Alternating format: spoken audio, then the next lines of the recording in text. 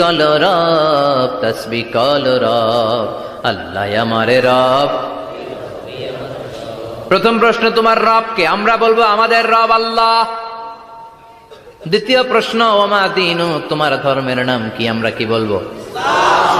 তৃতীয় প্রশ্ন, বিশ্বনবীর চেহারা দেখিয়ে বলা হবে আতারিফু হাযার রাজুল, এই লোকটারে চিনো নাকি? আমরা বলবো চিনি, আমাদের প্রাণের নবী, ঠিক কি না?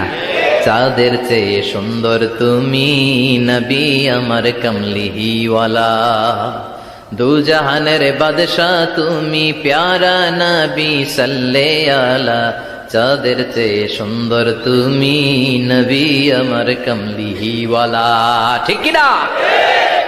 তিনটা প্রশ্নের যথাযথ উত্তর যখন দিয়ে দিলেন, আপনার জন্য অতিরিক্ত আরেকটা প্রশ্ন করা হবে, ওয়ামা ইলমুক, তোমার নলেজ কি? তিনটা প্রশ্নের উত্তর যে তুমি করতে পারলা, কিভাবে পারলা, কেমনে জানলা? নকল করে বলছো নাকি জেনে বুঝে আসছো? নকল হয় না? এখন তো পরীক্ষা চলতেছে বোধহয়। কি পরীক্ষা? এসএসসি পরীক্ষা। নকল হয়?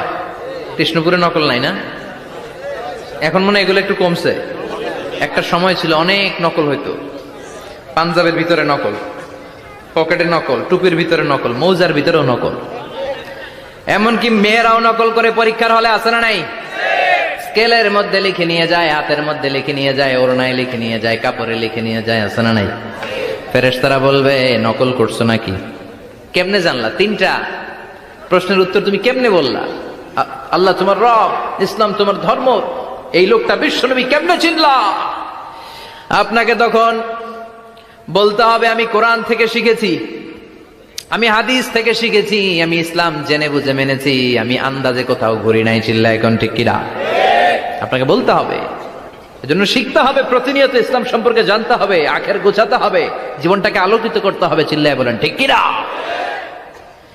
চারটা প্রশ্নই যখন হয়ে গেল, ফেরেশতারা বলবে আহলান ওয়া সাহলান ওয়া মারহাবান বিক, খোশামদেদ, কংগ্রেচুলেশন, খোশামদেদ, কংগ্রেচুলেশন। সব প্রশ্নের উত্তর তুমি পেরেছো।